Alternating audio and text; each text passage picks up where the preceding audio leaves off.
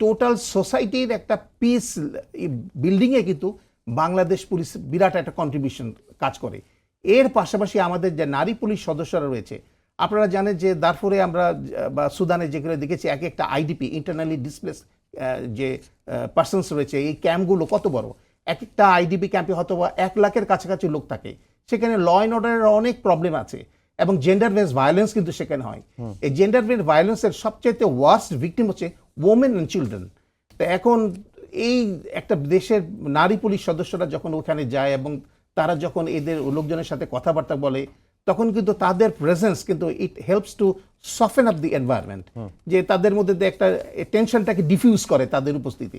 তো এটার কিন্তু আমাদের নারী পুলিশ সদস্যরা কিন্তু ফরেন পুলিশ ইউনিট এবং ইন্ডিভিজুয়াল পুলিশ অফিসার হিসেবেও বিভিন্ন জায়গাগুলোতে সুনামের সাথে কাজ করছে এবং ওভারঅল যে পিস বিল্ডিংয়ের যে এফোর্টগুলা, সেগুলোতে কিন্তু তারা কন্ট্রিবিউট করে।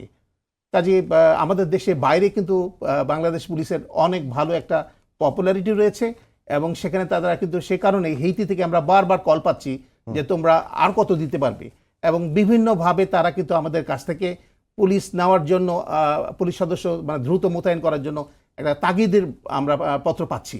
কাজে আমাদের পুলিশের কিন্তু বৈশ্বিক শান্তি প্রতিষ্ঠায় আমাদের কিন্তু একটা অনেক বড় একটা রোল আমরা দীর্ঘদিন ধরে প্লে করছি।